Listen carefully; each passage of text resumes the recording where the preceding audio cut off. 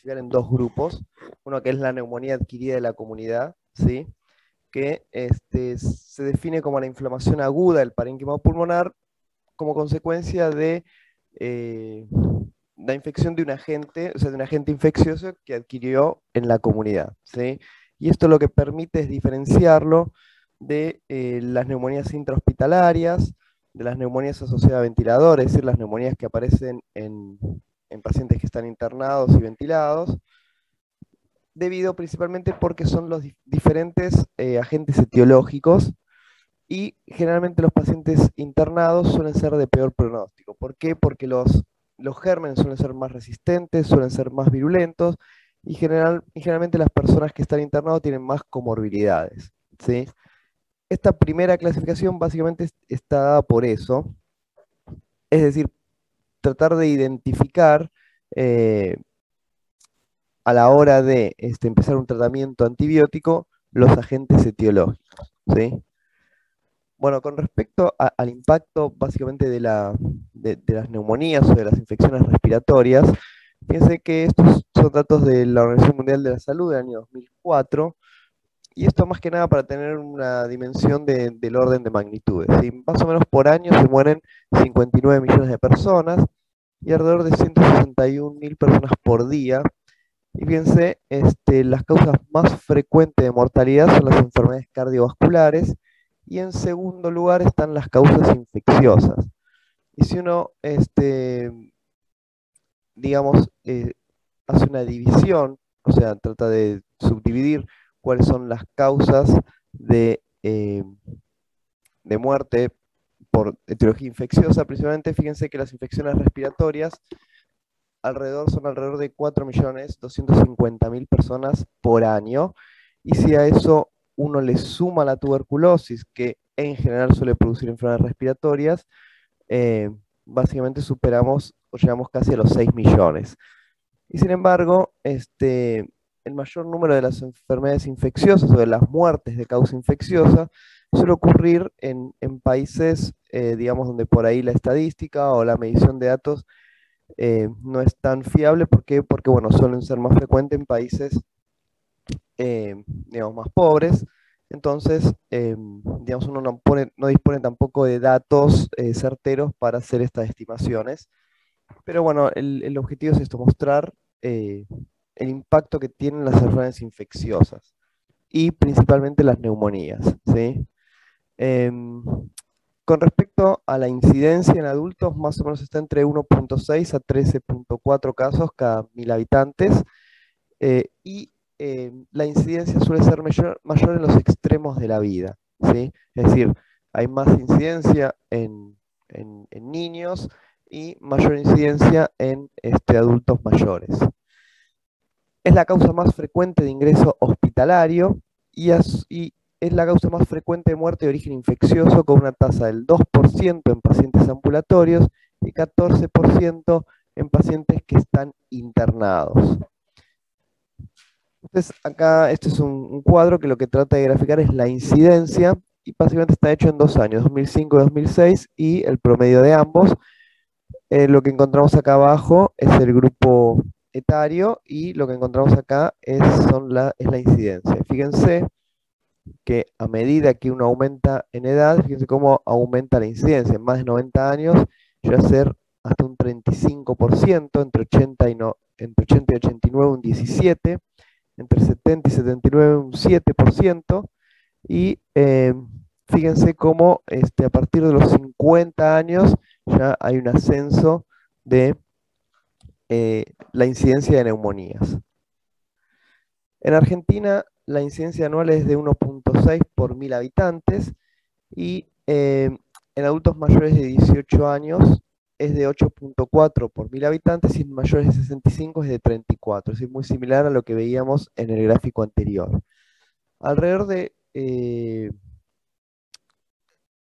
todas las neumonías o de toda digamos, del pool de neumonías, el 40% son los que van a requerir internación y un 5% lo van a hacer en terapia intensiva, es decir, que van a presentar neumonías graves. ¿Y cuáles son los factores de riesgo para contraer neumonía? Como mencionamos anteriormente, la edad, ¿sí? A medida que uno aumenta en edad o en las edades más extremas, aumenta la incidencia. Tener enfermedades respiratorias crónicas, por ejemplo la EPOC, que hablamos el otro día, en el cual la incidencia de neumonías es del doble que la población general. Enfermedades cardíacas crónicas, enfermedad renal y hepáticas crónicas, diabetes, neoplasias, el tabaquismo, infecciones por HIV, consumo de corticoides inhalados como inmunosupresor, pacientes que toman inhibidores de bomba de protones, asplenia, mieloma múltiple, hipogamaglobulinemia son dentro de los factores de riesgo más conocidos. La mortalidad global de la neumonía estamos cerca del 10% y también fíjense cómo la mortalidad aumenta a medida que aumenta con la edad, llegando a 17,5 en mayores de 65 años. La mortalidad en pacientes ambulatorios llega hasta el 5% y en los pacientes internados en terapia intensiva, acá en Argentina es del 50%. Sin embargo, en otros países, por ejemplo en el Reino Unido, la mortalidad en terapia intensiva es del 30%, es menor. ¿Alguna duda, una pregunta tenga hasta acá? No, por ahora no. Bueno, ¿cómo No, se...? por ahora. Bien, buenísimo. Bueno, ¿cómo se produce la neumonía? Digamos, ¿cómo es la patogenia? Básicamente, la neumonía puede producirse por inhalación de aerosoles en el cual contenga el agente etiológico, el cual esta forma de transmisión se da principalmente en infecciones virales, como puede ser el coronavirus, por ejemplo, el virus de la influenza, parainfluenza, el metapneumovirus, infecciones por hongos, infecciones por micobacterias, ¿sí? Y en general la patogenia, las infecciones producidas por gérmenes comunes, por bacterias, lo que se produce es una colonización de la vía aérea, ¿sí?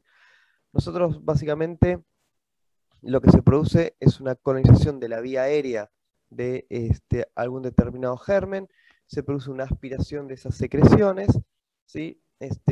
Vamos a encontrar dentro de los mecanismos de defensa al epitelio de las vías aéreas, el cual, como recuerdan, son células ciliadas que con la secreción de moco permiten atrapar esos gérmenes y eliminarlos. Cuando llegan a los alvéolos, nuestra principal línea de defensa van a ser los macrófagos alveolares, ¿sí? En el cual van a inactivar o eliminar al germen que haya llegado a ese nivel. Sin embargo, si hay una carga bacteriana muy importante o si el germen es muy virulento, lo que va a producir es una activación de estos macrófagos alveolares que van a producir la liberación de citoquinas, que esto lo que va a generar es aumentar la permeabilidad vascular y la migración de linfocitos, principalmente polimorfonucleares, y eso es lo que va a generar la inflamación a nivel del parénquima pulmonar, y esto va a ser el responsable de producir los diferentes signos y síntomas que nosotros vamos a encontrar en la neumonía, ¿sí? Este es un gráfico donde básicamente lo que está hecho es mostrar una reacción inflamatoria producida por el COVID-19. A modo de ejemplo, más que nada para que entiendan un poco la fisiopatología, fíjense los neumocitos tipo 2, estos van a captar el germen, lo que va a producir es una liberación de diferentes citoquinas y lo que va a producir esto es un aumento de la permeabilidad vascular, que lo van a ver aquí, ¿sí? Esto es un alvéolo y esta es la foto que estamos viendo.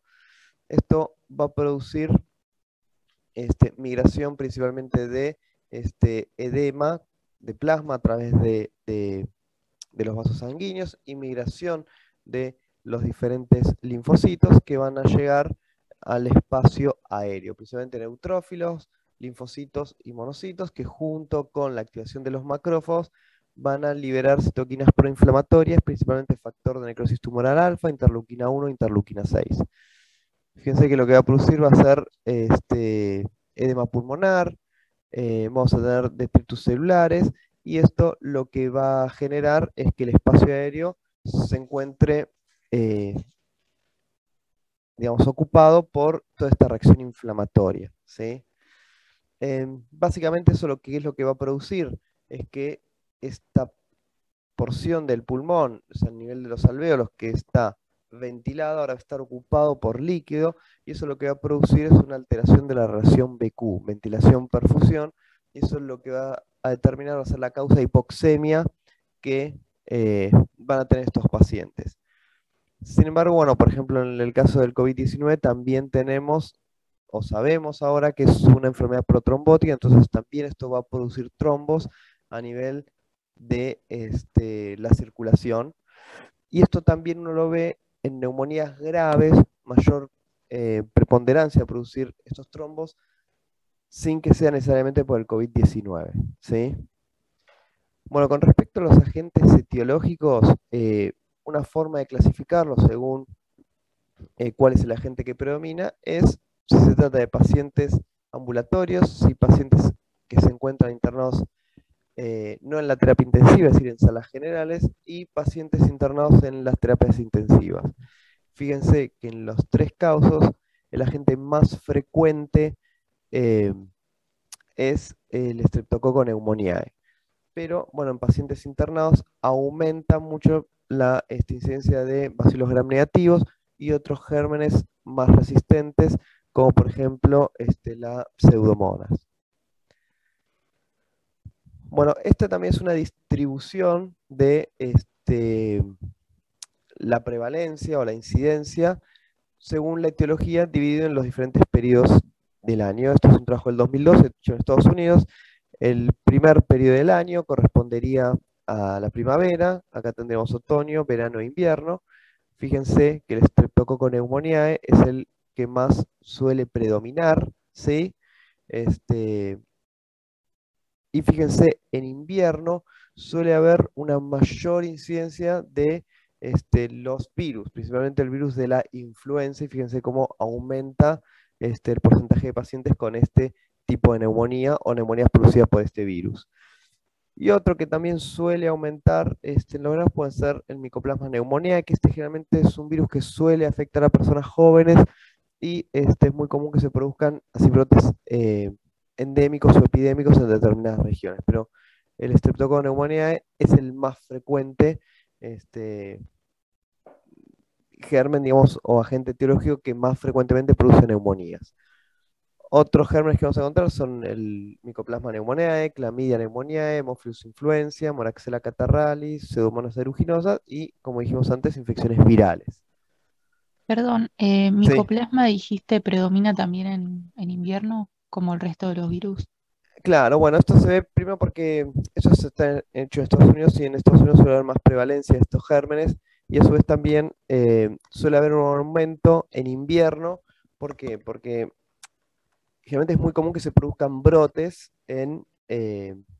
digamos, en poblaciones y en invierno lo que suele ocurrir es que la gente está encerrada, en áreas menos ventiladas, entonces es más frecuente o aumenta la prevalencia de infecciones por este germen por esto mismo, o sea, porque se suele producir brotes por ahí en lugares cerrados, em, por eso, digamos. Pero sí, en general, para que sepan, el germen más frecuente es el Streptococcus pneumoniae. Pero bueno, sepan principalmente que en invierno lo que suele haber es mucha mayor porcentaje de pacientes con neumonías de causas virales. ¿Alguna otra duda tengan? No, no, gracias. Perdón, no me quedé claro de esas virales, Sí, cuál sería la más frecuente en invierno. la Haemophilus influenza, la de la Influenza. influenza, la gripe. Ok, gracias. Este, el virus de la influenza, perdón, el de la gripe. Bueno, bueno, como factores de riesgo, también, bueno, en pacientes añosos el más frecuente es el Streptococcus pneumoniae, pero tanto en pacientes con enfermedades respiratorias crónicas como en pacientes ancianos, aumenta la prevalencia de bacilos gram negativos, principalmente Haemophilus influenza, Moraxella catarrhalis y la Legionella, ¿sí? Esto se debe porque se produce un cambio en las características de la saliva y del epitelio respiratorio alto que les permite colonizar estas bacterias que en pacientes jóvenes o sanos esto no se ve, ¿sí? Fíjense en EPOC, uno de los agentes más frecuentes que causa exacerbaciones es el Haemophilus influenza y también la Moraxella catarrhalis, principalmente por esto, porque tienen mayor facilidad de colonizar las vías aéreas superiores. También en los EPOC aumenta mucho la prevalencia de infecciones por pseudomona, y esto principalmente uno lo ve en pacientes EPOC muy severos, que tienen un funcional, un PEF-1 menor del 35%, y a su vez también en pacientes que tienen mucha destrucción parenquimatosa, principalmente mucho enfisema, y a su vez, como hablamos en la clase anterior, los pacientes que tienen bronquiectasias asociadas. Fíjense, este es un trabajo que hicimos acá en el hospital, que eran todos pacientes EPOC que se internaba y uno trataba por medio ya sea de muestras de esputo o toma de muestras respiratorias, tratar de determinar cuál fue el agente más frecuente. Y fíjense, los más frecuentes agentes bacterianos que tuvimos fueron las pseudomonas aeruginosas, y esto explica por qué eran pacientes muy severos, con BEF1 muy bajo, y la Moraxella catarrhalis fue el segundo más frecuentemente encontrado. Y a su vez en este trabajo vimos que tuvimos el mismo cantidad de aislamiento en tanto infecciones bacterianas como virales. Bueno, ¿cuáles son los factores de riesgo para determinados gérmenes? Bueno, la pseudomona, como mencionábamos anteriormente, cuando hay defectos estructurales en el pulmón, principalmente bronquiectasias, pacientes con malnutrición, tratamiento antibiótico previo durante 3 semanas, durante más de una semana en los últimos 3 meses, o que se encuentre un tratamiento con corticoides más de 10 miligramos de prednisona a día, son factores de riesgo para este germen. ¿Por qué insistimos mucho en este germen? Pues este germen tiene la posibilidad de colonizar, es decir, que uno puede aislar el paciente puede tener una neumonía por este germen, uno puede aislarlo, puede tratarlo y aún así no eliminarlo, es decir, que el paciente mejore sus síntomas, pero el germen permanezca en la vía aérea. ¿Cuál es el problema de esto? Que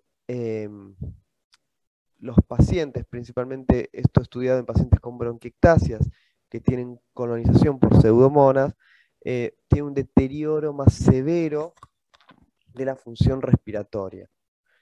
Y a su vez suelen tener mayor exacerbaciones o mayor número de infecciones, y cada vez que hay un tipo de neumonía o infecciones o exacerbaciones de estos pacientes, deteriora aún más la capacidad respiratoria.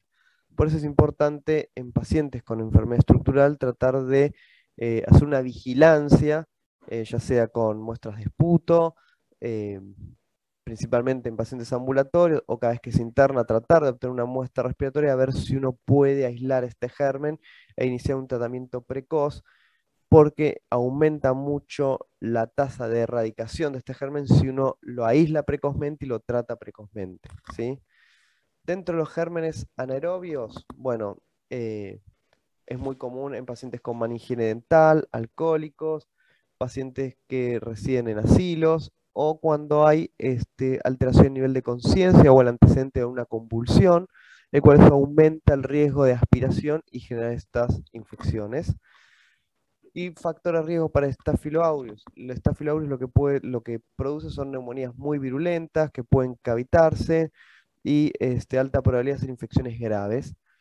Dentro del factor de riesgo, residencia en geriátricos, pacientes diabéticos, insuficiencia renal, adictos a drogas parenterales, es decir, que se produce colonización de la piel y el germen ingresa a través de vía endovenosa, o infecciones recientes por influenza. Lo que se vio que los que hacen infecciones virales por el virus de la influenza, aumenta la posibilidad de hacer coinfecciones con bacterias, y el Staphylo aureus es uno de los que más frecuentemente lo produce. ¿Alguna pregunta hasta acá? ¿Alguna duda? No, por ahora no. Gracias. Bien. Bueno, ¿cuáles son los síntomas que van a tener estos pacientes? Bueno, tos en el 90% de los casos, puede haber expectoración en el 66%, el cual la expectoración puede ser variable, o sea, puede ser que sea una expectoración blanca, sin que llame mucho la atención, o puede ser purulenta, es decir, cuando es verde o amarilla, donde aumenta más la probabilidad de que esa tos y esa expectoración se deba a un proceso infeccioso. Disnea, es decir, falta de aire, el cual esto va a ocurrir principalmente en pacientes que hacen neumonías mucho más extensas, pacientes que ya tienen alguna enfermedad respiratoria previa, entonces este estado se va a agravar y ahí va a aparecer la falta de aire. Dolor pleurítico aparece en el 50% de los casos, es decir, un dolor en puntada de costado, de tipo urente o punzante, en el cual esto ocurre principalmente en neumonías periféricas en contacto con la pleura. La hemoptisis, ¿sí? O sea, que uno tenga expectoración hemoptoica, que expectore sangre, el cual tanto las neumonías como las bronquitis son las causas más frecuentes de hemoptisis, que esto ocurre en el 15% de los casos, y esto se debe cuando digamos, hay una inflamación donde se afecta la vía aérea, entonces va a producirse este fenómeno. Al examen físico, bueno, Em, taquipnea, sí, Perdón, sí, sí, sí. no. Sí, preguntaste, sí. ¿Sí? Sí, sí, sí, tranqui. No, preguntados primero. Bueno, ¿no tendrían fiebre también? Que, no sé, yo tengo como que la fiebre es algo muy importante o muy Sí, sí, característico sí, también. ahora iba a llegar a eso justamente. Ah, bueno, perdón. Este, bueno, digamos, taquipnea y taquicardia, y obviamente asociado a un síndrome febril, ¿sí? Este, la fiebre, como bien dijeron, es muy frecuente. Me olvidé de ponerlo acá, pero está muy bien. Eh, y en general, también tienen que tener en cuenta eh, pacientes añosos que por ahí muchas veces no hacen fiebre y se presentan con cuadros confusionales, ¿sí? Es decir, deterioro del sensorio, olvidos, eh, hacen episodios sincopales, ¿sí? Entonces, como bien dijeron, lo más frecuente que uno va a encontrar va a ser la taquicardia y en segunda en frecuencia va a ser la fiebre. Em, y en pacientes añosos tener en cuenta que no va a tener la manifestación típica o característica de la neumonía y sí pueden aparecer estos cuadros confusionales. Al examen físico también vamos a encontrar crepitantes, matidez percutoria, soplo tubario. Si el soplo tubario es como un soplo, que el sonido que uno generalmente escucha en los bloques neumónicos y es como si uno soplara a través de un tubo. Si ustedes agarran el ejercicio, agarrar un tubo y soplar, bueno, es un ruido que eh, simula ese sonido. Crepitantes, bueno, obviamente esto se produce porque los alvéolos y la vía aérea está llena de moco, entonces al despegarse los alvéolos y la vía aérea va a generar esos ruidos. Este, y la egofonía es como, quiere decir como voz de cabra, ¿sí? Si uno al paciente le dice decir cuando uno escucha como ¿sí? Es eso. Em, bueno, y bueno, acá puse hipertermia, sí. Esa de la hemofonía, al menos me acuerdo en semio, que el doctor decía de las neumonías, uno le dice 33, en un paciente con neumonía se tendría que escuchar claro. ¿Era Claro, eso? no, esa es la pectoriloquia, ¿sí? La Eh, pectoriloquia áfona, ¿no? que la pectoriloquia es eso, cuando uno dice 33 y uno lo escucha claro, y la pectoriloquia áfona es cuando uno le pide que lo diga susurrando y uno lo escucha también muy intensamente. Eso se ve, por ejemplo, cuando hay alguna masa, que puede ser una consolidación, puede ser un tumor, que toma contacto la vía aérea y toma contacto la pleura, ¿sí? O sea, uno lo ve, por ejemplo, en consolidaciones muy extensas, donde digamos, la vía aérea, esta consolidación compromete tanto parte de la vía aérea como la pleura, entonces el aire deja de ser el conductor y el conductor del sonido pasa a ser algo más sólido, ¿sí? O sea, como un tumor o una consolidación que esté muy condensada, ¿sí? En esos casos uno lo ve. Eso es pectoriloquia. Bien, gracias. Bueno, sí,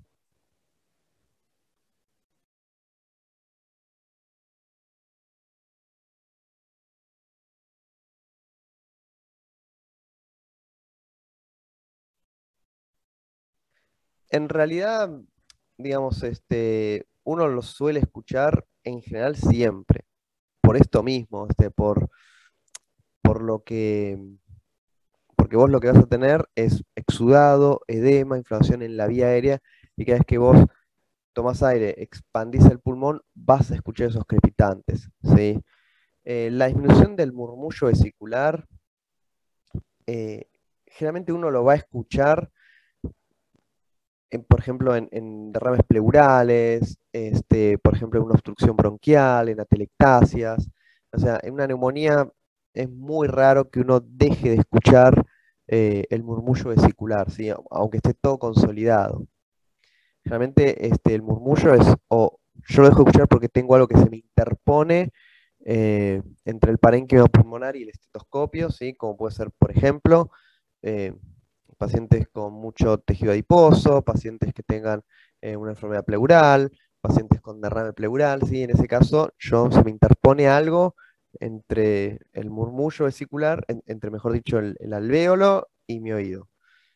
O cuando no entre aire al pulmón, como puede ser, por ejemplo, una obstrucción bronquial, una telectasia, o mismo en los EPOC, ¿sí? En el EPOC muy severo, eh, uno le pone el esteto y la verdad que no escucha nada.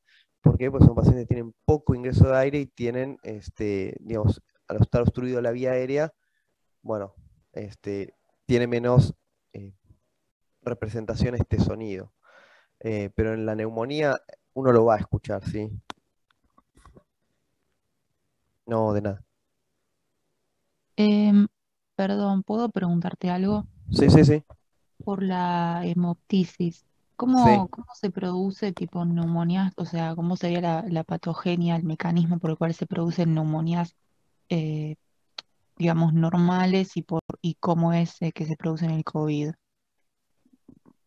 Tipo, si tiene Em, que ver con la trombosis. no, no, no. Generalmente cuando hay una hemoptisis, sí, ustedes saben que el pulmón está irrigado por las arterias bronquiales y por las arterias pulmonares, ¿sí? Generalmente el 90% de las hemoptisis está dado por una afección de las arterias bronquiales, ¿sí? Es decir, por las arterias que, eh, digamos, se encuentran a nivel de los bronquios. Entonces, cuando hay una inflamación, ustedes piensen que ahí hay aumento de la permeabilidad vascular, hay inflamación crónica, que eso va dañando el parénquima, va dañando el bronquio y también daña los vasos sanguíneos. Cuando ese vaso sanguíneo tiene contacto, o con esa inflamación tiene contacto con la vía aérea y el vaso, es que se va a producir la hemoptisis, ¿sí? Con la trombosis no tiene nada que ver, o sea, a ver, no es que no tiene nada que ver. eh, digamos, el episodio de trombosis, eh, generalmente las hemoptisis no es que hay una trombosis, ¿sí? En la trombosis vos lo que tenés, se liberan citoquinas proinflamatorias que producen la activación de las plaquetas y eso genera trombos a nivel de las arterias pulmonares. La hemoptisis en general lo que nosotros tenemos es inflamación y lesión de vaso de las arterias bronquiales, es decir, arterias que están en contacto con el bronquio y esta inflamación lo que genera es tanto inflamación de la pared bronquial, del parénquima y entre ellos los vasos sanguíneos. Por eso es que se produce la hemoptisis. Como les digo, o sea, la hemoptisis, las causas más frecuentes son infecciosas, principalmente neumonía y bronquitis, por ejemplo, los pacientes EPOC, pero no esto es que esté relacionado con la trombosis que uno puede encontrar en el COVID por una trombosis de las arterias pulmonares, ¿sí? Ah, ok. Te pregunté porque me pasó y Sí. no me había pasado nunca que tuve COVID en verano y antes de tener el diagnóstico, bueno, eh, nada, escupí a la mañana como un coágulo y me llamó muchísimo la atención, no me había pasado nunca, por Ya, eso. bueno, eso por ahí esté más relacionado a, como te digo, inflamación, o sea, la reacción inflamatoria que uno ve en el COVID, que produce Sí, esta neumonía, y afección de estas eh, de arterias los vasos bronquiales, ¿sí? peribronquiales, sí, tal En vez. general, la trombosis producida por el COVID, en general, bueno, por ahí son cuadros, a ver, suelen ser neumonías por ahí más graves, realmente cuando hay una trombosis suele haber mayor hipoxemia, ¿sí? Se baja mucho la oxigenación. Si bien el COVID lo puede hacer, uno lo sospecha cuando, eh, digamos, por ahí tiene una placa muy inocente y el paciente está muy hipoxémico. Entonces ahí uno sospecha que puede haber un cuadro de trombosis. ¿Sí? La trombosis generalmente se manifiesta así, uno más que una hemoptisis, uno esperaría encontrar esta hipoxemia, Ok, aunque puede haber también. gracias. Bien, bueno, imágenes, ¿sí? La placa de tórax, fíjense lo que nosotros vamos a encontrar, es una consolidación, fíjense acá, ese es el pulmón izquierdo, este es el pulmón derecho, fíjense acá cómo se ve bien la cisura menor, ¿sí? Y esto que está acá abajo sería el lóbulo medio, lo que tenemos acá estaría el lóbulo superior, y lo que estaría atrás de esto sería el lóbulo inferior, ¿sí? Fíjense cómo está bien delimitada la neumonía, apoyada sobre la cisura, donde uno ve una eh, mayor radiopacidad, ¿sí? Fíjense acá hay otra imagen, esto parece una neumonía bilateral, fíjense cómo tengo acá ya comprometido, esto parece el lóbulo medio, ¿sí? Y acá tengo otra imagen, bien. Generalmente con la clínica y una imagen compatible uno ya tiene diagnóstico, ¿sí? En el caso de que uno tenga dudas, uno puede hacer un estudio más sensible como puede ser la tomografía, ¿sí? Fíjense acá cómo se ve esta consolidación, fíjense acá se ve el broncograma aéreo, ¿sí? El broncograma aéreo es eso, es la presencia de un bronquio a nivel, o la visibilización de un bronquio dentro de una consolidación, que este es un signo que quizás nos permita diferenciarlo de una telectasia, ¿sí? La telectasia es pérdida del volumen pulmonar, el pulmón se colapsa, ¿por qué? Porque hay una obstrucción bronquial, entonces yo no esperaría ver aire a nivel del bronquio, y también quizás nos permite diferenciarlo de un derrame pleural, el derrame tampoco yo voy a ver el broncograma aéreo, ¿sí? El broncograma aéreo lo puedo ver tanto en la placa como en la tomo, y no es patognomónico de la neumonía, ya que en algunos tumores uno los puede ver. Fíjense acá tengo una imagen de consolidación, y fíjense acá cómo esta imagen es un poco menos densa que esta. Esto parecería una imagen de lo que decimos nosotros en vidrio esmerilado, que también pueden aparecer en las neumonías, ¿sí? El vidrio esmerilado también puede ser ocupación alveolar, pero permite ver los vasos a través. Fíjense que hay un vaso sanguíneo, como puedo verlo, tanto en el parenquima normal como en esta área de vidrio esmerilado, ¿sí? Una pregunta. Tengo una. Ah, tenemos todo. ¿Cómo, perdón, no entendí? ¿Quién habla? Pregunta, Bueno, pregunta. profesor, ¿me podrían marcar, por favor, así otra vez el área del vidrio esmerilado, que nunca entiendo bien cómo es? Por favor.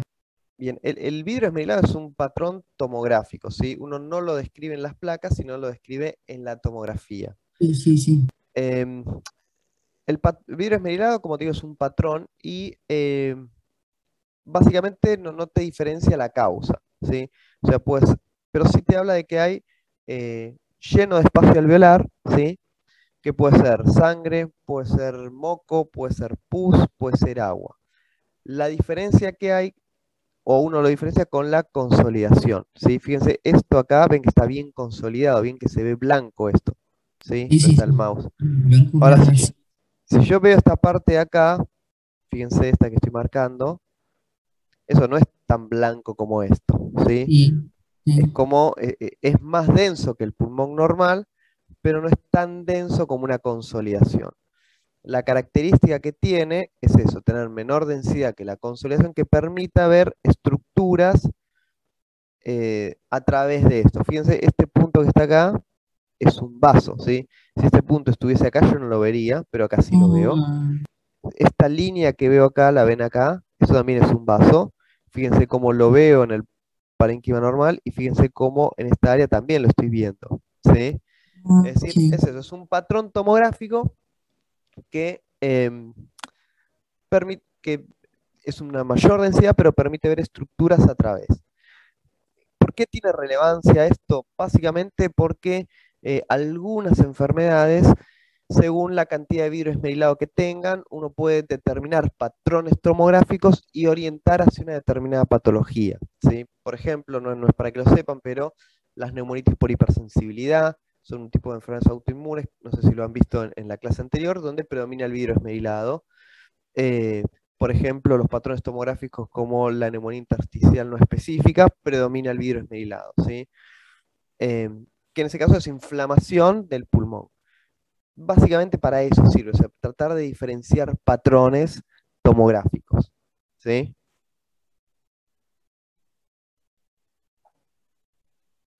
Una pregunta, ¿pero a vos te conviene más Gracias. dividirlo en base a esto que dijiste? O sea, ¿te conviene más dividirlo en neumonía intersticial usual, neumonía intersticial no específica, o te conviene más dividirlo en neumonía interlobar o neumonía que afectan todos los lóbulos? Digamos, lo que quiero decir con esto es, digamos, la neumonía por causa infecciosa es una cosa y otra cosa son eso, las enfermedades intersticiales, ¿sí? Ah, ok, perfecto. Son dos cosas, digamos. La enfermedad intersticial, la neumonitis por hipersensibilidad, por ejemplo, es una enfermedad intersticial producido por una reacción inflamatoria ante determinado alergeno que puede estar, o sea, no tiene nada que ver con lo inflamatorio. Ah, ok, no, Era porque un como dijiste ejemplo, así me hizo confundir, porque como te digo, normalmente cuando son bacterianas se divide en interlobar y lo otro. Entonces lo de intersticial usual y eso lo dejo solo para las intersticiopatías. exactamente, Ok, lo que quería perfecto. ejemplificar con eso es por qué se le da relevancia al vidrio esmerilado, ¿sí? O sea, se usa mucho para eso, para eh, determinar patrones tomográficos que te orienten a una determinada patología. Es para eso. A su vez también hay unas enfermedades, por ejemplo, algunas infecciones producidas por hongos que tienen lo que se llama el signo del halo. ¿Qué es el signo del halo? Es una imagen central bien consolidada, rodeada con un anillo de vidrio esmerilado. Eso uno lo ve, por ejemplo, en infecciones por algunos hongos, como por ejemplo puede ser la histoplasmosis, la coccidiomicosis, etc. Es decir, era para tratar de darles por qué se usa el vidrio esmerilado. Es decir, que patrones tomográficos en los que interviene el vidrio esmerilado, la consolidación, nos permiten orientar hacia un diagnóstico etiológico, en el caso de las enfermedades infecciosas, y nos permiten las enfermedades intersticiales orientar también hacia una enfermedad intersticial. Para eso sirve, digamos. Sepan reconocer en la tomografía el vidrio esmerilado y sepan que según qué predomina o qué no, uno puede eh, generar patrones tomográficos y orientar hacia una determinada enfermedad intersticial. Nada más, era eso. Te hago una pregunta. Sí. Sí. Hay muchas preguntas acá. Sí. Si la neumonía comienza con algún comportamiento de la neumonía que infiera que algo sea de peor pronóstico o no. Tipo, si hay alguna ocupación de un lóbulo, que si ya decís, bueno, si está el lóbulo medio ocupado es un tipo de neumonía o eso, algún curso de la neumonía que te infiera un peor pronóstico. Ahora, si quieren, a medida que avanzamos, hay diferentes escalas que ahora les voy a mostrar para determinar severidad. Y Ah, ok. si quieres, Juan, ahí te voy a explicar un poco eso y vamos a ampliar un poco eso. Bien, bien. Perdón, ok. Doctor, con Perdón. respecto a las radiografías y a las tomas, por ejemplo, hay muchos pacientes con COVID que les hacen una radiografía y sale limpia, así algo. Pero cuando hacen la tomografía ahí es donde se ve la neumonía. Entonces, ¿se podría decir que eh, la imagen clave sería la tomo? A ver, en realidad, bueno, es muy común eso que uno ve. Uno ve la placa, que es normal, y en la tomografía uno ve una imagen que es muy sugestiva. Es más, eh, la tomografía es muy sensible y específica para el COVID, ¿sí? Porque generalmente suelen tener imágenes parcheadas, bilaterales, que predominan en las bases, ¿sí? Tienen muchos con componente con vidrio esmerilado, ¿sí? Y algunos tienden a consolidar. Es decir, que uno con la tomografía sí es mejor, es más, con un hisopado negativo y una tomografía característica es más, te diría, específico del hisopado, ¿sí? Y obviamente con una clínica que acompañe. Es decir, que la tomografía es muy útil para identificar la neumonía por el COVID, ¿sí? Y muchas veces pasa lo que vos decís, o sea, uno ve la placa y es normal, ahora uno le hace la tomografía y la encuentra. Ahora la pregunta es, bueno, ¿yo por qué le voy a hacer una tomografía? Digamos, si viene un paciente que, por ejemplo, no desatura, no tiene criterios de internación, bueno, uno no haría falta hacer la tomografía. La tomografía uno la va a pedir en el caso de que uno quiera ver quizás la extensión de la enfermedad o sospeche quizás que hay una trombosis, entonces uno este, lo pide con un protocolo especial para ver la presencia de trombosis, una angiotomografía. Es decir, depende para qué uno lo vaya a pedir. Si uno viene un paciente que por ahí no desatura o tiene fiebre y tiene los síntomas compatibles, un hisopado positivo, yo le pido una tomografía y tiene una neumonía y como que no me va a cambiar mucho la conducta, ¿por qué? Porque básicamente el tratamiento es sintomático y ese paciente por la clínica no se va a internar, ¿sí? Es decir, la tomografía uno lo va a pedir si uno le va a cambiar la conducta o va a hacer algo distinto con eso. Pero es cierto, o sea, la tomografía para detectar el COVID es buena y es lo que le va a poner el sello si quieres de una neumonía bilateral. Para verla en la placa, la verdad tiene que haber mucha extensión. Yo, si quieren, yo les puedo dar una clase de COVID, no la puse ahora porque es muy larga la clase esta, pero yo el martes que viene yo le tengo que dar cáncer y nódulo pulmonar, yo se la puedo dar en una y si quieren les puedo dar una, o por lo menos lo que sabemos hasta ahora de COVID, para que les quede un poco más claro. Sí. Ay, gracias. Sí. Doctor, perdón, Sí, sí, sí, sí. tengo una pregunta con las Decime. consolidaciones del broncograma aéreo. Sí. O sea, dos preguntas. Primero, que no sé por qué se da el broncograma aéreo, si tiene que ver con las bronquiectasias, y segundo, si siempre en consolidaciones se ve el broncograma aéreo. Claro, el broncograma aéreo es, imagínate, un bronquio, ¿sí? Como esto que vemos acá, fíjense, esto que está acá es un bronquio, ven que se ve negro, o sea, como el aire, Ujú. y alrededor toda una consolidación, es decir, lo que él te dice el broncograma aéreo, que ese bronquio está permeable, ¿sí? Eso te dice. Y es un signo que permite diferenciarlo, por ejemplo, de, como te digo, las atelectasias. Las atelectasias es cuando hay pérdida del volumen pulmonar, cuando un pulmón se colapsa, por ejemplo, porque se obstruye un bronquio, yo lo voy a ver así, blanco como esto. Y ahí yo no voy a ver el broncograma aéreo. Y algunos Ah, tumores también lo tienen. O sea, básicamente lo que te dice es permeabilidad del pulmón, que no es patognomónico de nada. Eh, y las voy a ver en las consolidaciones en las cuales el bronquio esté permeable, ¿sí? En eso lo voy a ver. ok, perfecto. ¿Alguna pregunta más que me quieren hacer? Nada que ver con las bronquiectasias entonces. No, no, no. Las bronquiectasias generalmente, a ver, uno las ve, eh, digamos, se ven como si fuesen cavidades o bronquios muy dilatados, ¿sí? Y las ve con o sin consolidaciones. Mm. Generalmente hay diferentes signos, no sé si tiene una clase de bronquiectasia, pero básicamente una forma de diferenciarlas es, uno compara el bronquio con el vaso que lo acompaña, ¿sí? Generalmente la relación entre el bronquio y el vaso que lo acompaña es 1 a 1, o es decir, que tiene el mismo diámetro, o uno un poquito más grande el bronquio, 1,2 a 1.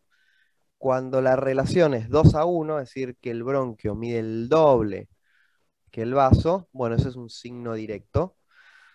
Otro signo directo es cuando uno ve bronquios acá en la periferia del pulmón, ¿sí? ¿Por qué? Porque ahí yo, en una persona normal, ahí voy a tener bronquíolos, ¿sí? Bien periférico, uno no debería verlo. Si uno ve bronquios acá, bueno, eso es otro signo de bronquiectasia. Y si uno en un corte longitudinal o en un corte sagital uno puede seguir la trayectoria del bronquio, uno ve que el bronquio no disminuye de calibre, ¿sí? Es siempre, que eso se llama signo de la vía de tren también. Esos son signos de bronquiectasia, ¿sí? Y generalmente uno esto lo tiene que ver en varios lóbulos, pero uno los ve con o sin consolidaciones, ¿sí? Si quieren nada me acordar, la próxima clase les busco una tomografía para que se vea bien. Dale, gracias. O sea, no están las neumonías, al menos en las infecciosas. No, la bronquiectasis es un daño estructural, ¿sí? Es como, imagínate, un daño estructural irreversible que va a tener el pulmón. A ver, Sí, neumonías a repetición pueden generar bronquiectasias, ¿sí? ¿Por qué? Porque se pierde la posibilidad digamos, hay daño bronquial, las cilias son inefectivas para el clearance de moco, entonces, bueno, ahí aparecen, se forma como un círculo vicioso, o sea, tienen más riesgo de infecciones, hay mayor daño y así se van generando. gracias. Bien. Bueno, básicamente el diagnóstico es clínica más un estudio de imagen compatible, ¿sí? Bueno, básicamente uno va a pedir una imagen, que puede ser una placa, y en el caso que uno tenga una duda, le pide una tomografía, ¿sí? Laboratorio, digamos, ¿qué nos puede servir el laboratorio? Bueno, un hemograma que nos puede permitir buscar eh, signos de inflamación como leucocitosis, ¿sí? Eh, y a su vez también el laboratorio nos permite, digamos, tener un índice de severidad de esa neumonía, ¿sí? Si yo tengo una neumonía y le pido una función renal y está alterada, bueno, ahí me está hablando quizás de que hay algún compromiso de un órgano, quizás por un cuadro séptico. Eh, lo mismo con la coagulación o el hepatograma. La saturometría, bueno, es importante para ver si el paciente desatura o no, y en el caso de que desature, conviene hacer una gasometría arterial y ver, confirmar esta disminución de la oxigenación.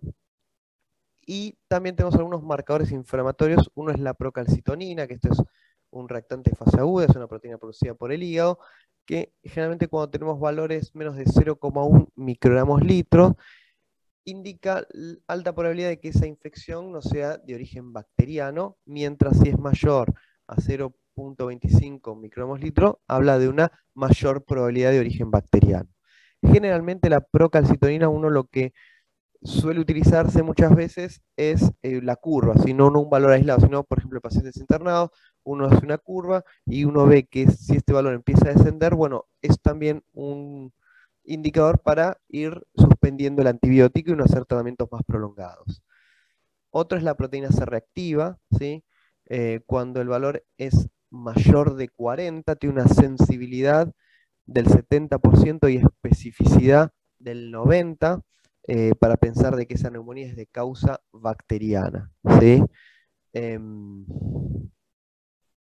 bueno, y algunas guías, por ejemplo la guía británica, lo que recomienda que si este valor es menos de 20, no recomiendo utilizar antibióticos, mientras que si este valor es mayor a 100, tiene mayor especificidad, entonces por eso uno debería, o es un criterio para iniciar tratamientos antibióticos. Igual esto es, cada día es distinta, ¿sí? Uno, es un dato que ayuda, pero uno no se guía únicamente por esto, ¿sí?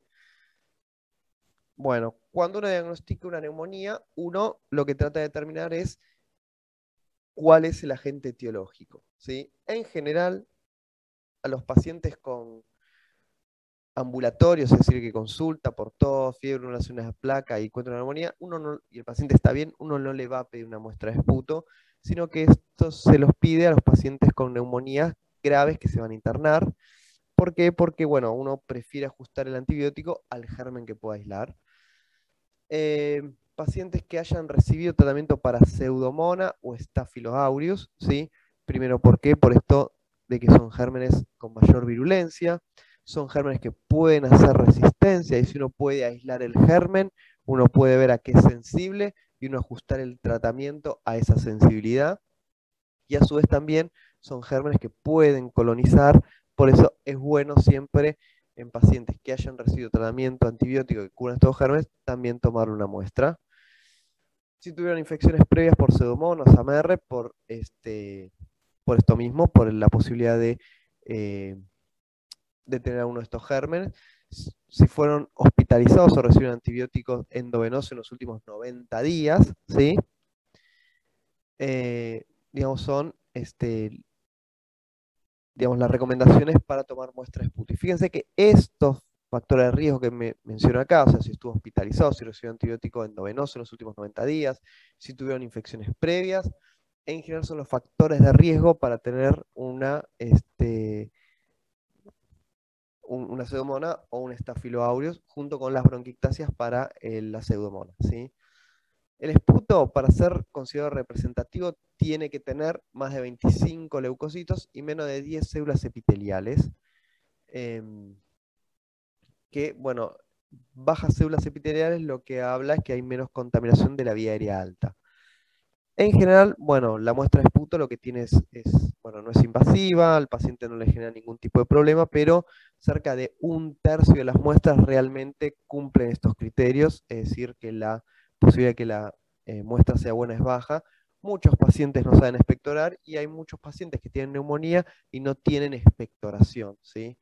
A su vez también, siempre que uno toma una muestra, es importante procesarla rápido, ¿sí? Lo que tiene también el esputo, uno toma un directo, es decir, uno le hace una tinción con Gram y puede ver si tiene un bacilo gram negativo, un diplococo, y así orientar el diagnóstico. Después uno lo que hace es un cultivo para aislar fehacientemente ese germen y a partir del cultivo uno toma la sensibilidad. En el caso de que no se pueda tomar el esputo, existen algunos otros métodos en los cuales uno puede tomar la muestra.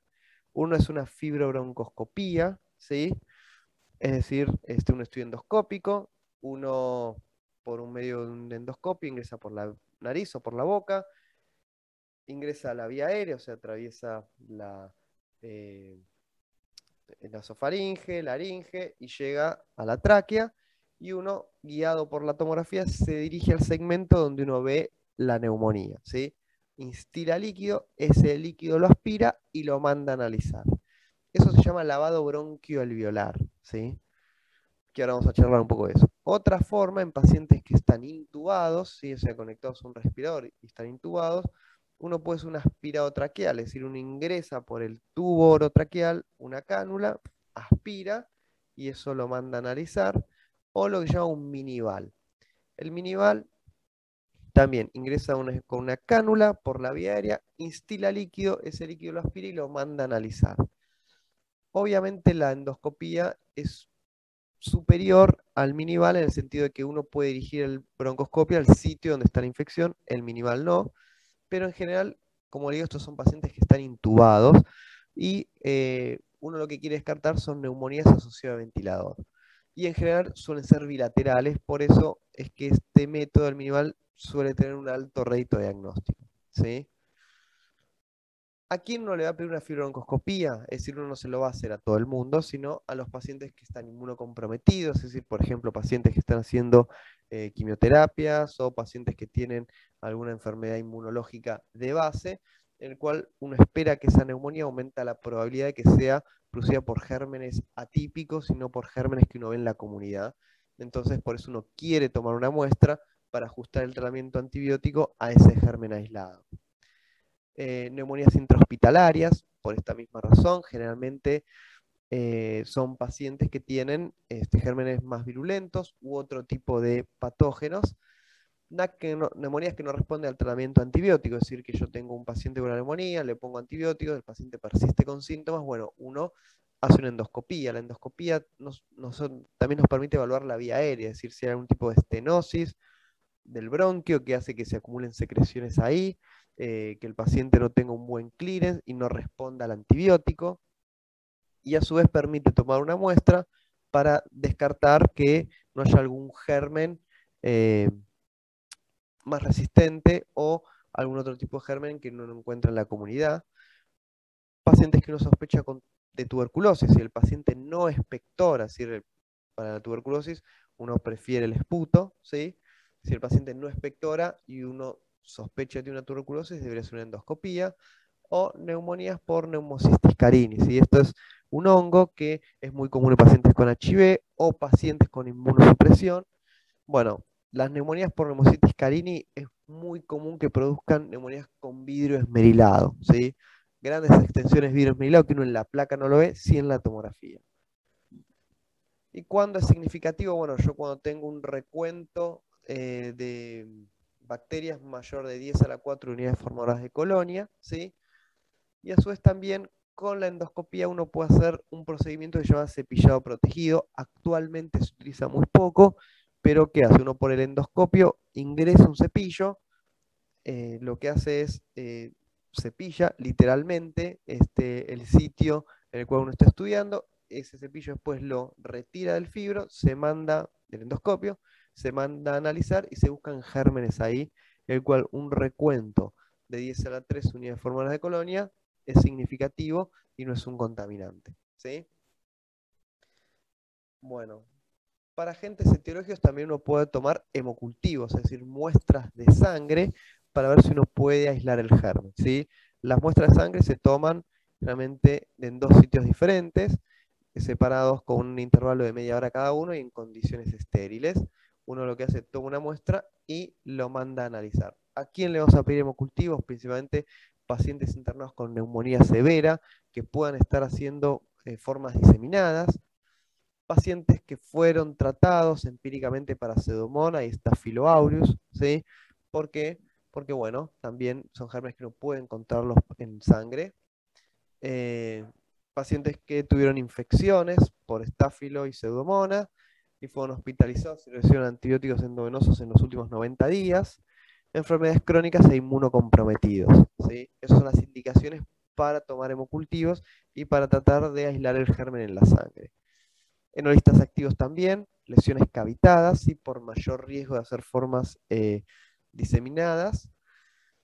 Y sin embargo, el rate de diagnóstico está entre un 5 y un 14% de los pacientes internados. Pero ¿qué pasa? El aislamiento de estos gérmenes en forma temprana y tratamientos antibióticos en forma temprana mejoran mucho la mortalidad de estos pacientes. ¿Bien? Y es muy específico, es decir que no solo tiene valor pronóstico, sino que uno al aislar el germen en la sangre tiene una alta especificidad para que ese germen sea el responsable de la neumonía que está generando, ¿sí? Otra forma es, que ahora son más nuevos estos, es la detección de antígenos en orina, el cual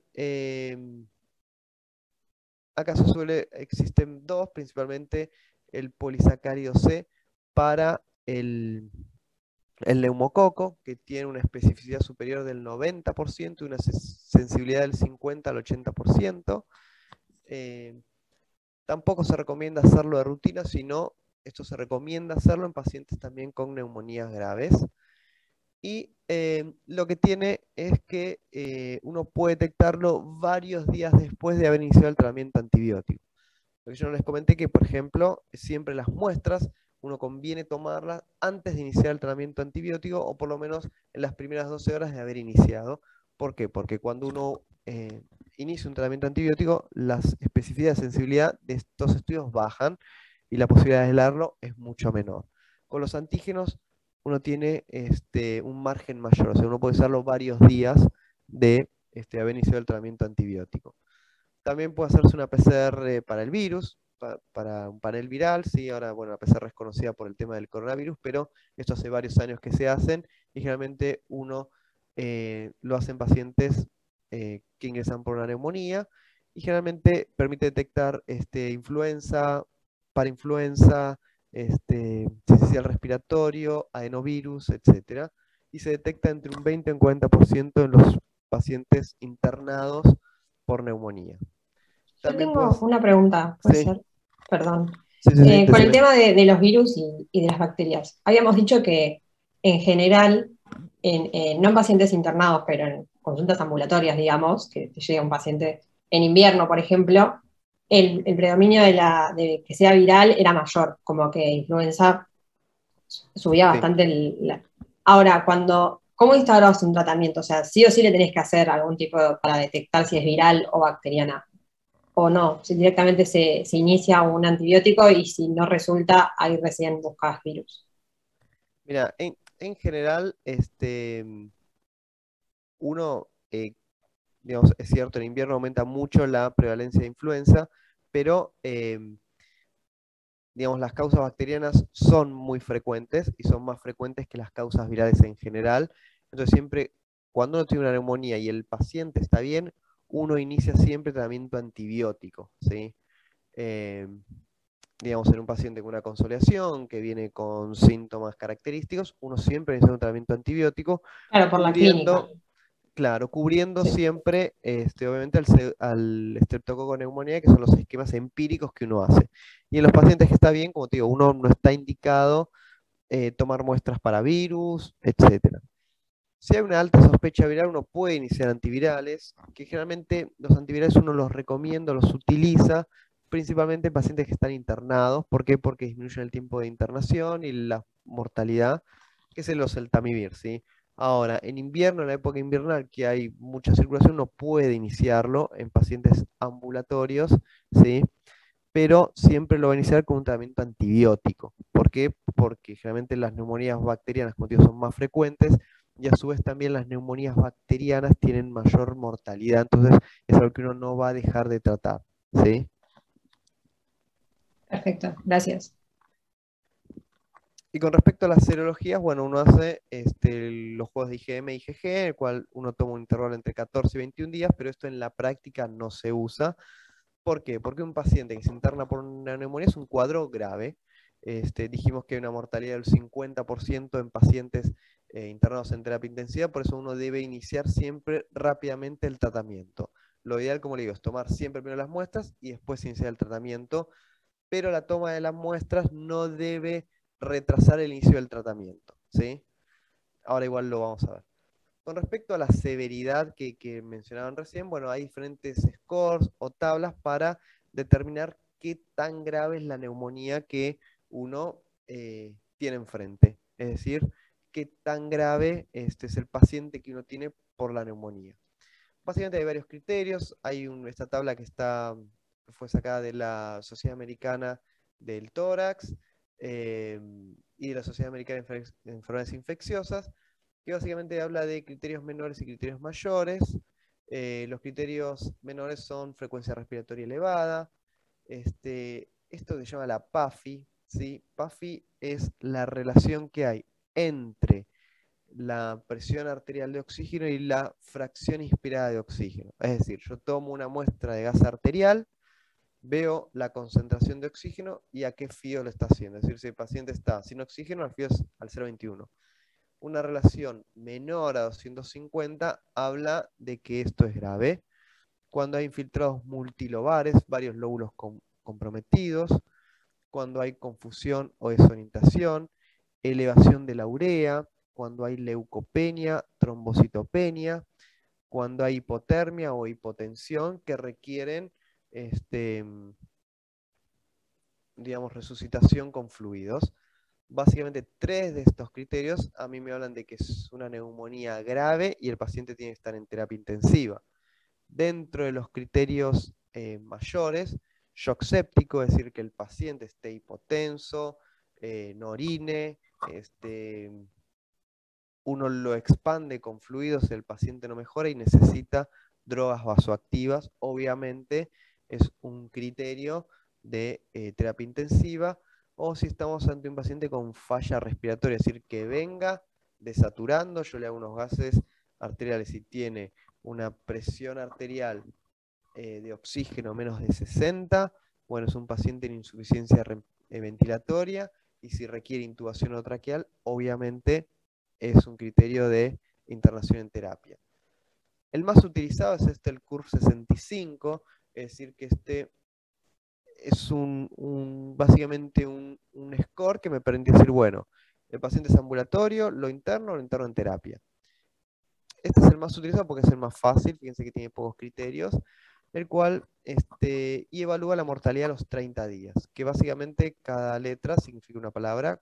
La C de confusión, la U es de uremia, si tengo más de 20 miligramos de decilitro, la R es de la frecuencia respiratoria, más de 30 por minuto, es decir, que el paciente esté taquipneico. La B es de blood pressure, sería en inglés, como tengo una tensión arterial sistólica menos de 90, una tensión arterial diastólica menos de 60, y edad mayor o igual a 65 años, ¿sí? Si el paciente tiene un score de 0 a 1, es de bajo riesgo, y el paciente puede recibir un tratamiento ambulatorio, y la mortalidad a los 30 días es menos de 3%. 2 es de riesgo intermedio, ¿sí? Profesor, ¿y cada punto corresponde a un punto, por ejemplo? Exactamente, me olvidé decir eso, muy bien. Y el paciente requiere internación en sala general. Y 3, iría a terapia intensiva, es decir, ya la mortalidad a los 30 días más del 15%. La Sociedad Argentina de Infectología sugiere agregar la oximetría como un valor extra. Si el paciente tiene menos de 92, bueno, es una indicación para internarlo, ¿sí? Ahora bien, digamos, estos scores, digamos, básicamente a uno lo orienta para decir, bueno, qué es lo que tengo que hacer a grosso modo, pero bueno, también si es un paciente que no tiene vía oral y sé que no lo puede dar tratamiento antibiótico en la casa, bueno, lo voy a tener que internar, ¿sí? Si tengo un paciente que no tiene contención social, bueno, no lo voy a dejar en la calle, ¿sí? Eso no lo voy a mandar a la casa, a eso me refiero. También evaluar eso. Y también, digamos, lo que tiene en contra esta clasificación es que no tiene en cuenta las comorbilidades, es decir, no es lo mismo esto en un paciente de 30 años que en un paciente de 70 años, EPOC, insuficiencia cardíaca, ¿sí? Es decir, que es mucho el criterio clínico lo que juega para internarlo, pero bueno, estos scores a uno les permite también orientarse un poco. Hay otros scores, por ejemplo, otro es el PCI, que es el Neumonía Severity Index, que es muy parecido también, tiene en cuenta las comorbilidades, es decir, van a encontrar en los libros que lean varios scores para orientar la severidad del cuadro, ¿sí? Bueno, tratamiento, básicamente, bueno, pacientes jóvenes sin ninguna comorbilidad, uno puede dar amoxicilina, puede dar doxiciclina. Con respecto a la citromicina, generalmente, como les dije, siempre nosotros tenemos que cubrir el neumococo, pero el neumococo lo que tiene es que en nuestro medio hay una alta resistencia al neumococo a los macrólidos, por eso uno no suele darlo como terapia única, ¿sí? Uno lo debe dar cuando la resistencia local es menos del 25% y acá es mayor. En general, en pacientes jóvenes, como les dije, aumenta mucho la prevalencia por ahí de infecciones por micoplasma, neumonía, que suele ser muy sensible a, a los macrólidos. Por eso entonces muchas veces uno hace una asociación entre una amoxicilina más un macróleo, ¿sí? Generalmente con los macrólidos como la citromicina, claritromicina, uno suele dar una primera dosis de carga de 500 miligramos y después 250 días o claritromicina 2 veces al día. O puede dar 1 gramo día en lo que es duración prolongada. Si el paciente tiene alguna comorbilidad, como puede ser, por ejemplo, enfermedades cardíacas crónicas, enfermedades respiratorias crónicas, renales, hepáticas, alcoholismo, diabetes, alguna neoplasia o asplenia, aumenta mayor la posibilidad de bacilos gram negativos, que generalmente son productores de beta-lactamasas. Entonces uno agrega amoxicilina más ácido clavulánico, ¿sí? O cefuroxima 2 veces al día más un macrólido, ¿sí? O puede agregar, digamos, este es un esquema, o puede utilizar quinolonas respiratorias. Las quinolonas respiratorias son la levofloxacina, moxifloxacina y gatifloxacina, que lo diferencia de la ciprofloxacina, por eso llaman respiratorias, es que tienen mayores concentraciones en el pulmón, ¿sí? ¿Cuál es el tema con las quinolonas? La verdad que son muy efectivas, son una dosis por día, y generalmente uno suele hacer esquemas cortos y ya tiene una buena respuesta. El tema es que pueden generar resistencia, entonces es una droga que uno prefiere utilizarla como de segunda línea si esto no responde. También es una droga de segunda elección para el tratamiento de la tuberculosis, ¿sí? Profesor, Nosotros, esquemas cortos como 3 días, 5 días. bueno, mira, en general se hacen esquemas de 5 días eh, y también pueden hacerse unos esquemas de 3 días, pero para que sepan, ahora voy a la duración, pero realmente los esquemas son de 5 días. Y otra cosa que tienen las quinolonas, como les dije, bueno, acá Argentina es un país con una prevalencia media de tuberculosis, es decir, que tenemos bastante tuberculosis, y las quinolonas respiratorias, principalmente la levofloxacina, uno la utiliza como tratamiento de segunda línea para la tuberculosis. Y si uno trata a todo el mundo con quinolonas, vamos a generar cepas resistentes a la tuberculosis. Y el segundo, o el tercero, mejor dicho, la tercera causa para decir, bueno, guardar las quinolonas, que en general digamos, son muy buenas para, como le dije, los bacilos gram negativos, que son muy frecuentes en los EPOC. Pero ¿qué pasa? Los EPOC suelen ser pacientes añosos y las quinolonas aumentan mucho el riesgo de complicaciones osteoarticulares, principalmente la tendinitis. Y generalmente si esta complicación aumenta mucho en pacientes que a uno les da corticoides sistémicos, como puede ser una exacerbación de EPOC. Entonces aumenta mucho el riesgo de hacer tendinitis, que a veces puede producir rotura del tendón de Aquiles, el paciente pasa a estar en silla de ruedas y se complica muchísimo. Entonces siempre uno prefiere la opción de amoxiclavulánico antes que ir a las quinolonas respiratorias, ¿sí? Bueno, acá esto es lo que decía las quinolonas, los macrólidos no son de primera línea y se reservan como alternativa en pacientes alérgicos a los beta-lactámicos también, ¿sí? Y esto lo que decía, se recomienda tratamientos por 5 días, no extender porque no se vio que hubiese beneficio, ¿sí?, en hacer mayores esquemas de tratamiento. Y esto lo que genera hacer esquemas más prolongados, aumenta el efecto adverso de los antibióticos y aumenta la posibilidad de resistencia. Bien. Bueno, pacientes que se internan sin tener neumonías graves, es decir, que pueden internarse en salas generales. Bueno, lo primero que tenemos que hacer es evaluar si tiene efectos adversos, si tiene factores de riesgo para pseudomonas o estafilometicino resistente, que son esto que dijimos: haber tenido infecciones previas por alguno de estos gérmenes, haber recibido tratamientos para uno de estos gérmenes de forma previa, haber tenido internaciones previas y tratamiento antibiótico endovenoso en los últimos 90 días. Si uno no tiene opciones, si uno no tiene estos factores de riesgo, la primera opción es utilizar un beta-lactámico más un macrólido, ejemplo, ampicilina sulbactam cada 6 horas más acitromicina 500 cada 24 o claritromicina 500 cada 12. Segunda opción, monoterapia con quinolonas, que uno lo reservaría en pacientes que por ahí son alérgicos a los beta-lactámicos. Y tercera opción, si no pueden recibir un macróleo, se puede dar ampicilina sulbactam o ceftriaxona o cefotaxime más doxiciclina. Estas son las opciones en pacientes internados sin neumonía grave. Uno generalmente suele utilizar ampicilina sulbactam o amoxicilina más clavulánico más acitro o claritromicina, es lo que uno suele dar, ¿sí? Bueno, en pacientes que se interna es importante iniciar el tratamiento en las primeras 4 horas del ingreso. ¿Por qué? Porque ese es nuestro periodo de ventana. Pasando estas primeras 4 horas, aumenta la mortalidad por neumonía, ¿sí? Y si el paciente tiene un shock séptico, uno debería iniciarlo en la primera hora. Lo ideal, como le digo, es tomar siempre una muestra para determinar el agente etiológico, pero esto no debe retrasar el inicio del tratamiento antibiótico.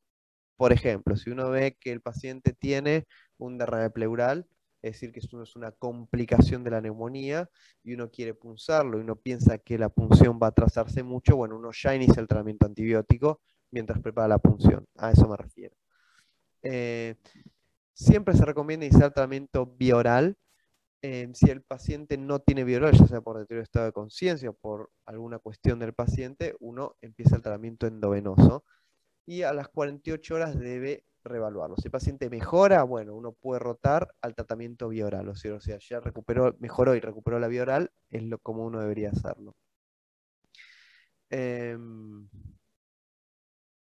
Bueno, y la combinación de beta-lactámicos más un macróleo se asocia digamos, con menor mortalidad que utilizar el beta-lactámico solo, por eso uno utiliza siempre esta primera asociación.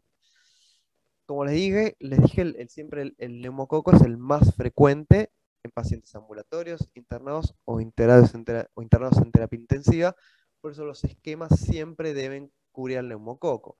Pero en pacientes añosos o con comorbilidades, uno lo que usa siempre es amplía el espectro para bacilos gram negativos y siempre buscar factores de riesgo para pseudomonas y estáfilo, que ahora vamos a ver cuáles son los esquemas que uno utiliza. Pacientes internados con neumonía grave, similar al anterior, beta-lactámicos más un macrólido. Y segunda opción, beta-lactámico más una quinolona respiratoria. Bueno, acá dentro de los esquemas que uno recomienda, factores de, digamos, pacientes con NAC grave que requieren internación en terapia intensiva sin factores de riesgo para pseudomonas, y uno lo que va a tratar va a ser el neumococa, hemófilus, micoplasma, estáfilo, etc. Vamos a empezar con amoxicilina más clavulánico, más claritromicina o levofloxacina, y como alternativa, cefalosporina tercera generación, ceftriaxona o claritromicina o levofloxacina, ¿sí? Es decir, amoxiclavulánico más un macróleo o una quinolona, o como alternativa uno puede utilizar una cefalosporina de tercera generación como la ceftriaxona, más claritromicina, es decir, un macróleo o una quinolona respiratoria. Bueno, pacientes con factores de riesgo, bueno, los esquemas para el Staphylo aureus meticilino resistente incluye vancomicina 15 miligramos kilo de peso cada 12 horas, ¿sí? Y uno lo va ajustando a los niveles sanguíneos, es decir, uno va tomando una muestra de sangre y lo que va viendo es que estemos dentro de un rango terapéutico. Es decir, niveles más bajos no van a hacer efecto y niveles más altos pueden ser tóxicos. O como alternativa puede utilizarse el Linezolid 600 miligramos cada 12 horas. En el caso de que uno tenga factores de riesgo para pseudomonas, uno lo que trata es con piperacilina tazobactam, cefepime, ceftazidime, meropenem o imipenem. Estos son los antibióticos antipseudomónicos. Y en pacientes graves, en los cuales está internados en terapia con shock séptico, uno y tiene un aislamiento o sospecha que puede tener una pseudomona, por ejemplo, pacientes con bronquiectasias, uno puede combinar dos antipseudomónicos. No porque hagan sinergia, sino porque si es resistente a uno, uno se está asegurando que lo está tratando con otro, ¿sí? Y a su vez, como dijimos, los factores de riesgo para pseudomonas y para Staphylo aureus son lo mismo, uno obviamente va a incluir un antibiótico antipseudomónico y un antibiótico anti-Staphylo aureus, ¿sí? Bueno, el tratamiento debe sostenerse hasta lograr una estabilidad clínica. Perdón, una Sí, pregunta. Si el paciente que tiene riesgo de pseudomonas no puede recibir un betalactámico, ¿qué se utilizaría? perdón, no te entiendo. Si no puede recibir betalactámicos un paciente con pseudomonas, ¿me preguntás? Claro, si el paciente no puede recibirlo por, no sé, hipersensibilidad, por ejemplo. Bueno, generalmente uno puede, a ver, generalmente, bueno, casi todos estos son betalactámicos. En general, bueno, si el paciente es alérgico, uno puede utilizar meropenem porque a veces, bueno, no suele haber sensibilidad cruzada. Si uno es alérgico a la penicilina, en general no suele haber problema con el pipertazo, con la piperacilina tazobactam, ni con el meropenem ni el imipenem, ¿sí? A veces, digamos, lo que suele agregarse es la micacina, pero la micacina no suele, no se recomienda darla sola, ¿sí? Por eso uno recomienda quizás asociarlo a alguno de estos.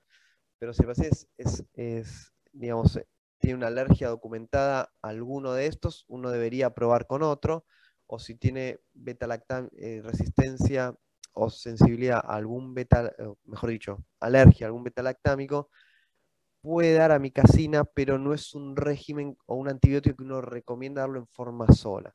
Es decir, uno prefiere quizás agregar un meropenem, que la posibilidad que haga la alergia cruzada con un betalactámico es menor, y asociarlo a la amicacina, ¿sí? Perfecto, muchas gracias. ¿Sí?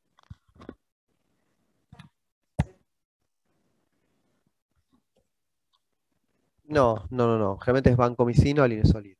Y el linezolid se usa cuando o es resistente al banco o sí, o sea, resistente.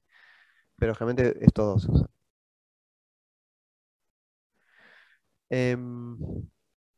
Bueno, como les dije, el tratamiento no, uno logra estabilidad clínica y es hasta 5 días.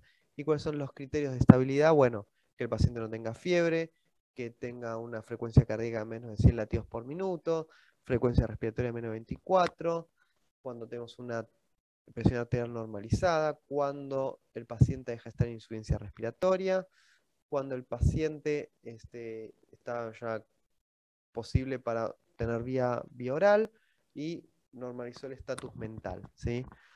¿Cuáles son las, digamos, complicaciones que puede haber? Bueno, un empiema, es decir, que tengamos una infección a nivel pleural y esto genere un derrame, un absceso, que se produzca otra coinfección con algún otro germen asociado. Esto ocurre, como les dije, muchas veces en las infecciones virales. También el COVID, uno lo está viendo. Digamos, y estos son criterios para decir, bueno, el paciente no mejora, ¿sí? Si el paciente no mejora, pese a un tratamiento que esté bien instaurado, uno debe pensar en que existe alguna complicación. Ahora igual les voy a mostrar un cuadro que es lo que ocurre cuando no mejora. Tratamientos no microbianos, oxigenoterapia, si el paciente desatura, ¿sí? O sea, le tengo que agregar oxígeno suplementario, kinesiología para pacientes añosos que tienen una expectoración deficiente o pacientes que tienen una internación muy prolongada en terapia y están muy débiles, bueno, necesitan ayuda del kinesiólogo para tratar de mejorar la expectoración y secreciones, broncohilatadores, principalmente en pacientes EPOC con neumonía, y los corticoides sistémicos, el cual esto se recomiendan únicamente en pacientes que tengan un shock séptico por neumonía, porque esto mejoró la sobrevida, pero si no en ninguna otra tipo de neumonía. ¿Por qué? Porque en el shock séptico uno piensa que hay un componente inflamatorio asociado mayor que hace que el paciente no responda. Bueno, si tengo una neumonía y no responde, bueno, reevaluar el diagnóstico, ver realmente si es una neumonía, ¿sí? Digamos, si uno sigue pensando que es una neumonía, uno lo que debe tomar es una nueva muestra, es decir, tomar esputos nuevamente, tomar hemocultivos, estudiar para otros gérmenes atípicos, como pueden ser micobacterias u hongos, ¿sí? En el cual esto lo puedo hacer por muestra de esputo, lo puedo hacer por una endoscopía, y en algunos casos uno puede hasta llegar a tomar una biopsia y mandarlo a microbiología para analizar, ¿sí? Uno debería repetir un estudio por imágenes para esto mismo que yo les comentaba, que el paciente no tenga alguna complicación como puede ser un empiema, un absceso, etc. En general, digamos, uno ve la respuesta de los antibióticos en las primeras 48 o 72 horas. Pasadas las 72 horas, el paciente sigue con fiebre, el paciente sigue con criterios de inestabilidad, uno debe reevaluar de esta forma. Una nueva imagen, un nuevo estudio para tomar una nueva muestra, ¿sí? También puede ser que esté dado por gérmenes resistentes en los cuales el antibiótico no esté haciendo efecto. En ese caso, aparte de reevaluar con estudios por imágenes y microbiológicos, uno debe subir el esquema antibiótico a antibióticos de mayor amplio espectro, o si uno encuentra algún germen, puede aislarlo, ajustar el antibiótico a ese germen aislado. Es decir, paciente que no responde, evaluar si hay una complicación, reevaluar si hay una coinfección con algún otro germen o es algún germen resistente. Y siempre la reevaluación es a las 48 72 horas. Y si uno ve que empeora, bueno, siempre uno debe, empeora o no mejora, subir el esquema antibiótico. Bueno, la tercera neumonía es la neumonía asociada a ventilador, que esta se define como básicamente en pacientes que están internados en terapia intensiva, están ventilados y el paciente hace una neumonía, ¿sí? Y la ventilación debe ser por más de 48 horas. Es decir, que si uno hace una neumonía antes de las 48 horas de estar ventilado, no es una neumonía asociada a ventilador y probablemente la traiga de antes. Uno, ¿cómo la va a definir? Por la presencia de fiebre, leucocitosis, aumento de las secreciones, ese que uno lo evalúa con los aspirados del tubo orotraqueal, cuando hay deterioro de la oxigenación o aparición de opacidades nuevas en una radiografía de tórax, ¿sí? Bueno, existe esta escala que a nosotros nos permite determinar, bueno, que nos da diferentes puntos, si el paciente tiene una neumonía, y básicamente lo que evalúa es la temperatura, la leucocitosis, las secreciones, la oxigenación y la radiografía. En el cual, bueno, si tienen, como le digo, fiebre tiene un punto, si está hipotermia con más de 39 le agrega 2 puntos. Con respecto a la leucocitosis, bueno, si tienen leucocitosis y más del 50% son neutrófilos nuevos, si encallado, le da 2 puntos. Si tengo leucopenia o leucocitosis, 1 punto. Si el paciente tiene secreciones purulentas o no purulentas, también tiene, pero aumenta secreciones, también le dan 1 punto, y esto nos permite determinar la probabilidad con que el paciente tenga una neumonía. ¿Sí? Fíjense, es un paciente intubado, que uno puede interrogar, etc.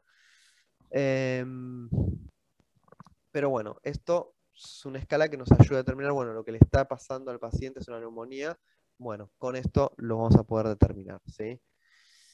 A su vez uno la puede dividir en temprano o tardía, ¿sí? La temprana es la que ocurre en los primeros 5 días de intubación, y la segunda es pasado los 5 días. Esto básicamente lo que nos permite esta clasificación es ver o tratar de pensar qué germen está produciendo la neumonía. Generalmente, si es en los primeros 5 días, bueno, uno pensar que pueden ser gérmenes de la comunidad, mientras que pasados los 5 días uno espera que sean gérmenes intrahospitalarios y obviamente de mayor virulencia y mayor resistencia. A menos que el paciente haya estado varios días internados en una sala general y pasó a la terapia, ahí esto, digamos, no cuenta porque el paciente ya venía internado en la sala general. Bueno, en estos pacientes, una vez que tiene el diagnóstico, uno debe tomar una muestra, que lo puede hacer por un minival, un aspirado traqueal o una endoscopía, y debe iniciarse tratamiento antibiótico, ¿sí? También deben tomarse hemocultivos, el cual el 15% de los casos suelen ser positivos. En las formas tempranas, bueno, siempre el germen más común es el neumococo, Haemophilus, Staphylo, meticilino sensible, Moraxella catarrhalis, etc.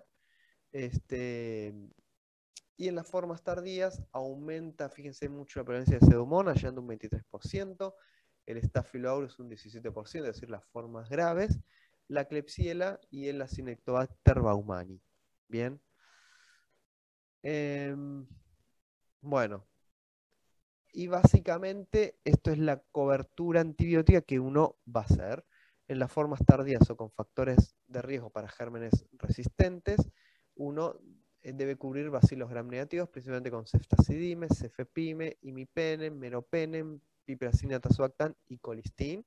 Y para los gram positivos, uno puede utilizar vancomicina, trimetoprima sulfametoxazol y el linezolid. Más que nada, si uno sospecha quizás en neumocistis carina, etcétera, porque el neumococo es resistente a este. A su vez también los estáfilos pueden responder a este germen. Si tengo cocos gram positivos, vancomicina y linezolid, pensando siempre en el estáfilo meticino resistente. Bacilos gram negativos, cefepime, piperacina, tazobactam, imipenem perdón, ceftazidime.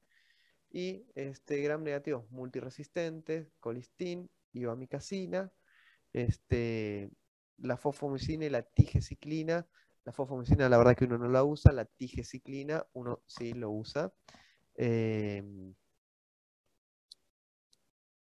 Y bueno, también me olvidé decirte la que me comentabas, bueno, si el paciente es sensible, o sea, es alérgico a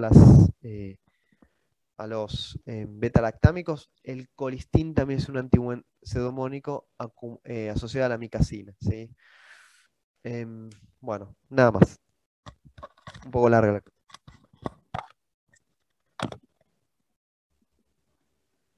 ¿Alguna pregunta me quieren hacer? Yo tengo una pregunta, pero que es de la clase de POC. No sé si quieres Sí. que te la haga después. O sea, si Dale, alguno de dale. los chicos tiene. Ah, bueno. Que no me había quedado muy claro cuando vos usabas glucocorticoides sistémicos Sí. en vez de inhalatorios. sea, no me quedó muy claro. El corticoide sistémico lo vas a usar en las exacerbaciones moderadas, ¿sí? Es decir, que el paciente, por ejemplo, venga con eh, una forma de clasificar las exacerbaciones entre leve, moderado, grave. Vos tenés, bueno, los 3 síntomas cardinales son disnea, tos, tos con aumento de la expectoración o cambios en las características de la expectoración. En general, la disnea va a estar en casi todas las exacerbaciones. Si el paciente tiene disnea solo, uno puede tratarlo con broncodilatadores. Si el paciente tiene disnea, y tiene más tos y más secreción, y esta secreción no es purulenta, uno ahí empieza tratamientos con corticoides sistémicos, ¿sí? Uno lo usa en las exacerbaciones. A veces también puedo utilizar en las exacerbaciones dosis alta de corticoides inhalados, especialmente budesonide, en pacientes que, por ejemplo, no pueden recibir por algún motivo corticoides sistémicos, como pueden ser, por ejemplo, diabéticos que estén mal controlados, pacientes con una osteoporosis muy importante. Uno puede utilizar corticoides inhalados en las exacerbaciones, pero el corticoide sistémico es para las exacerbaciones. Ok, y por ejemplo, si yo tengo un paciente que tiene eh, un aumento de eosinófilos en sangre, ¿no? Y eso como que entra en la clasificación de glucocorticoides inhalatorios y tiene una exacerbación. O sea, que Sí. ahí lo roto a corticoides sistémicos o...